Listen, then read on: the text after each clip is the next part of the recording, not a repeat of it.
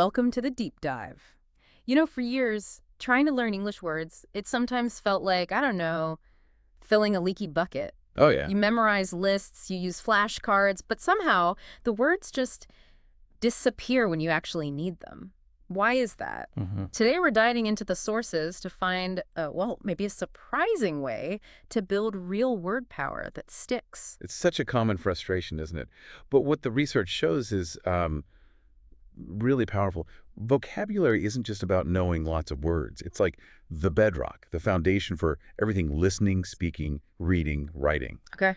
The more words you can really grasp and use precisely, the clearer you can be and the better you understand others. And here's the really interesting part the sources reveal. Yeah. You don't actually need to memorize like a dictionary. It turns out just around 3,000 carefully chosen words, high-frequency ones. 2,000. Yeah, they can cover something like over 95% of everyday English conversation. Wow, 95%. That's huge. It really is.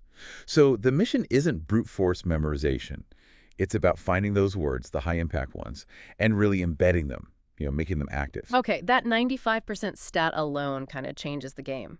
So when we talk about learning words the right way, what's the first big strategy the research highlights? The one for making words actually stick? Well, it starts with something called learning in context. Okay, context. Yeah, this isn't about just, memorizing confused off a list. Mm-hmm. The sources really push learning words inside full sentences or meaningful little phrases. So give me an example. Right, so instead of just confused, you learn it like, I felt confused during the meeting because I didn't understand the topic. Ah, okay, you attach it to a situation. Exactly. When you learn it in context, you're basically building like richer connections in your brain. It's not just the word, it's linked to scenarios, maybe feelings, other ideas. And that makes getting it back out, retrieving it much faster, more automatic.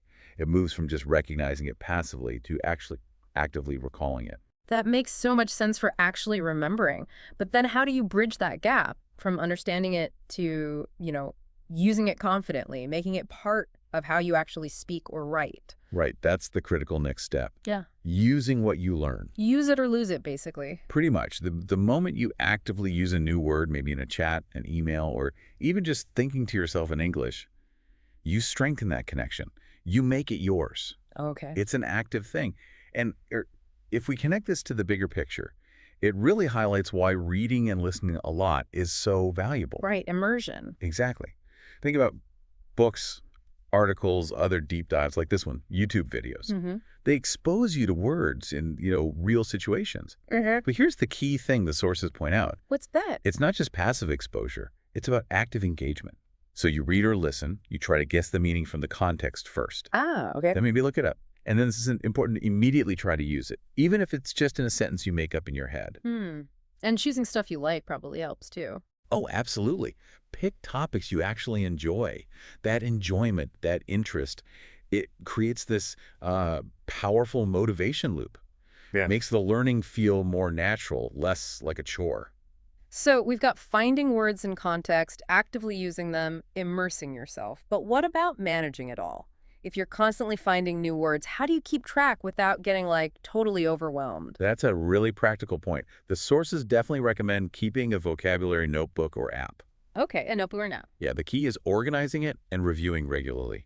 So you write down the new word, its meaning, maybe an example sentence, crucially, when you create. Oh, that's a good tip. Make it personal. Exactly. And add any personal notes, maybe a little drawing, whatever helps you.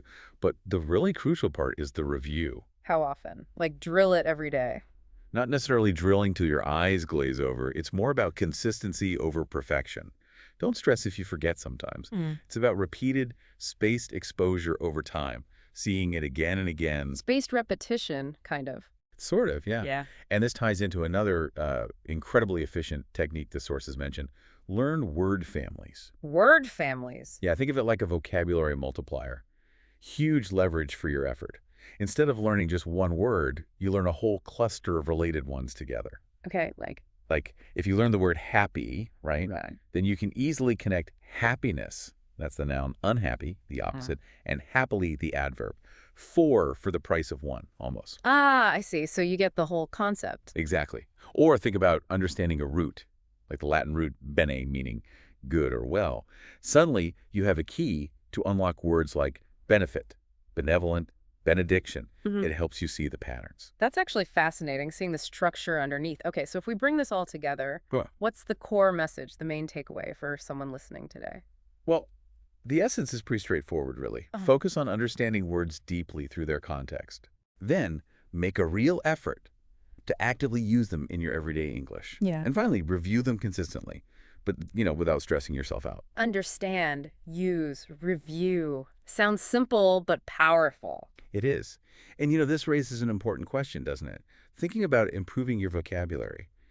It's actually a lot like growing a garden. A garden, how so? Well, it doesn't just happen instantly, right? It takes time, consistent attention, planting the right seeds, the right words, learn the right way, and regular practice, like watering.